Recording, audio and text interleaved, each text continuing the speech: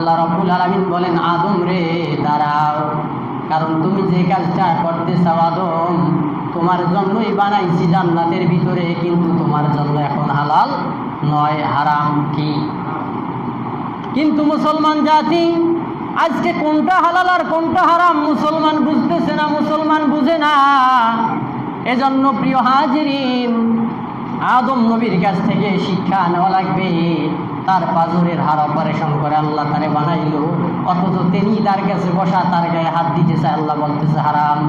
এই বদরগঞ্জের জ্ঞানীগুণী মুসলমান যুবক ভাই বন্ধুরা ভালো করে বোঝা লাগবে, আদম নবীর কাছ থেকে তার কাছে তৈরি করে তার জন্য যদি হারাম হয়, আর তুমি আমি যদি এখন অন্যের মেয়েকে নিয়ে রাস্তাঘাটে চলাফেরা করি সম্পর্ক ছাড়া, সম্পর্কবিহীন, এটা কি তোমার আমার জন্য জায়েজ নাকি?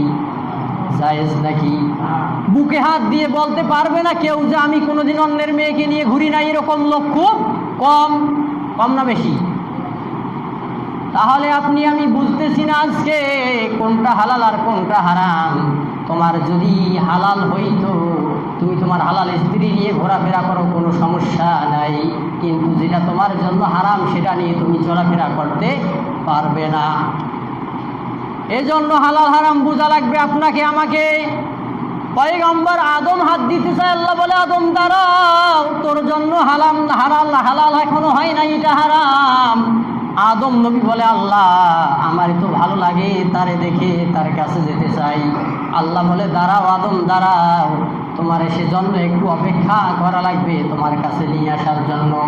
আল্লাহ রাব্বুল আলামিন বলেন, আদম রে তুমি কি হাওয়ারে বিয়ে করতে চাও? আল্লাহ রাব্বুল আলামিনকে আদম নবী বলেন, আল্লাহ আমি তারে বিয়ে করতে চাই।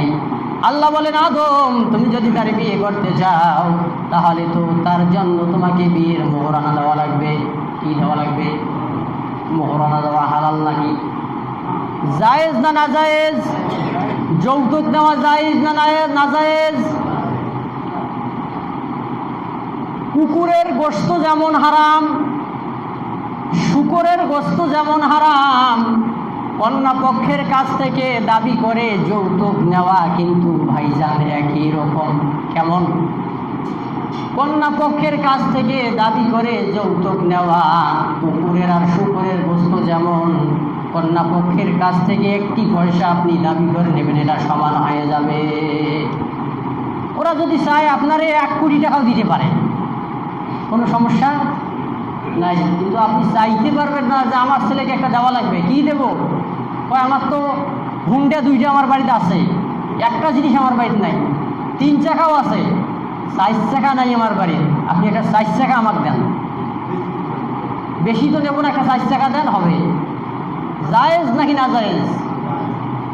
বিয়ে যখন করবেন, আল্লাহ যখন ক্ষমতা দেবে বিয়ে করার, পকেটে টাকা নিয়ে যাব, বিয়ে করবো, বউ নিয়ে চলে আসবো, ঠিক কি না? এটা হচ্ছে মুসলমানদের নিয়ম নীতি, কৃষ্টি কালচার। কিন্তু আজকে আমরা মুসলমানদের নিয়ম নীতি নাই, হিন্দুদের অপসংস্কৃতি নিয়ে মুসলমান আজকে টানাটানি। এই যৌতুক প্রথাটা আসলে হিন্দু ধর্ম থেকে এসেছে। কোথায় থেকে? আমাদেরকে তো হিন্দু ধর্মের অনুসারী হওয়া যাবে না। তাহলে আল্লাহ রাব্বুল আলামিন পয়গম্বর আদম আর মা হাওয়াকে জান্নাতের ভিতরে বিয়ে দিল। কি দিয়ে বিয়ে হয়ে গেল তাদের? আল্লাহ রাব্বুল আলামিনকে আদম নবী বলেন, আল্লাহ আমার তো দেওয়ার মতো কিছু নাই, মোহরানা কি দিতে পারি? কিছুই তো আমার নাই। আল্লাহ রাব্বুল আলামিন বলেন, আদম তোমার জন্য একটা ব্যবস্থা আমি আল্লাহ করি। সেই ব্যবস্থাটা হচ্ছে, আদম রে আরশে আজিমে আমি আল্লাহর নামের পাশে একটা নাম লেখা আছে, এই নামের উপর তুমি দরুদ পড়ো। আদম 3 বার অথবা 7 বার অথবা 10 বার দরুদ পড়েছে আদম নবী। আদম নবীর মোহরানা আদায় হয়েছে আপনার আমার রাসূলের দরুদ দিয়া। আদম নবীর বিয়ে হয়ে গেল। আল্লাহ বলেন, আদম লা তাকরাবা হাযিহিস শাজারা, এ আদম জান্নাতের ভিতরে চলাফেরা করো, এই বিশাল জান্নাত, কোনো বাধা তোমার নাই। কিন্তু আদম রে ওই যে গাছটা দেখা যায়, ভুল করেও কোনোদিন ওই গাছের নিকট যাবে না। আদম নবী যায় নাই।